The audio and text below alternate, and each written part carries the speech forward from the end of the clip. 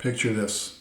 As a volunteer board member of your HOA or condominium community, or a senior leader of your manufactured housing park, you check your email on Monday morning and you discover there was a violent incident between residents over the weekend.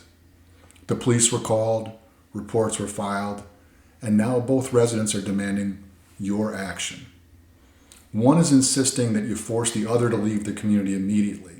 How your community responds matters, not just for the individuals involved, but for your entire community and your legal standing as an association or housing park.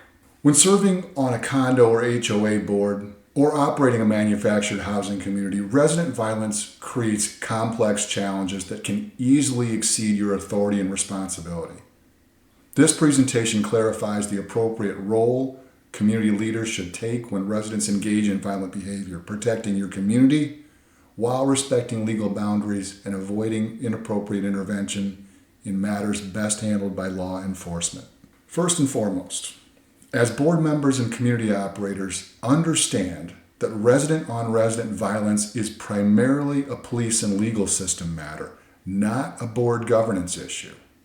Your role is not to provide protection for one resident against another or to determine who's at fault in violent incidents. Boards and community operators should have policies that reserve the right to take appropriate action following clear legal determinations. But these policies must acknowledge the legal system's primary authority. Be careful not to create governing documents that position the board as responsible for resident safety from other residents' actions. In your governing documents, focus on the community's right to enforce appropriate consequences after legal proceedings have established responsibility rather than promising protective action that exceeds your authority.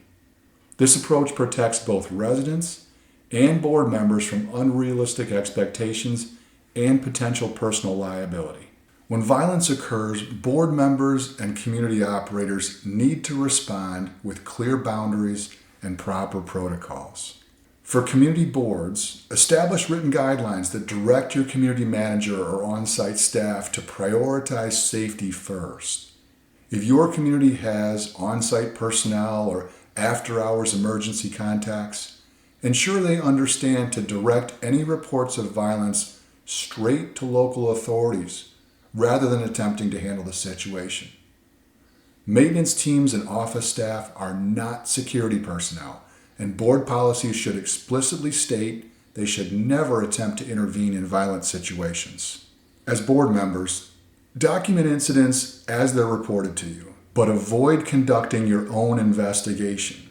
Request official police reports when available through proper channels, but recognize that determining fault is the responsibility of law enforcement and the courts, not your board or community staff. Maintain strict privacy throughout. Never share details about incidents with uninvolved residents. When concerned residents demand board action, clearly explain that the board follows legal procedures and cannot take punitive action against residents without proper legal determinations. Every board communication should acknowledge the limits of your authority. As board members or community operators, work closely with your attorney to understand exactly what actions you can legally take after incidents of violence.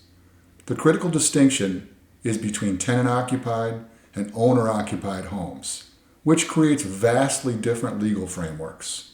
For manufactured housing communities where residents have lease agreements, the path is much clearer. When there's definitive evidence of a resident violating lease terms through violent behavior, community operators can initiate eviction proceedings promptly. For example, in one manufactured housing community, when a resident attacked another resident with a knife in full view of staff and on camera, the community immediately began eviction proceedings after obtaining the police report that verified what was witnessed firsthand. However, for HOA and condo boards, dealing with owned properties, the legal threshold is dramatically higher. Boards should never suggest they can remove owners without following the specific and often lengthy legal processes required in your jurisdiction. In these cases, even with clear evidence, the board's options are limited to fines and other penalties outlined in the governing documents rather than forcing removal. In all cases, boards and operators should wait for objective verification through police reports or court findings before taking action. Direct residents seeking protection to appropriate legal channels rather than positioning the board as the solution for their concerns. Remember that your actions are limited to enforcing the specific provisions in your governing documents after legal determinations have been made. When resident violence occurs, board members and community operators must understand their proper role, maintaining appropriate governance within legal boundaries while respecting the primary authority of law enforcement and the court system. By clearly defining this limited role, you protect your community from inappropriate involvement in resident disputes while still maintaining the community standards outlined in your governing documents.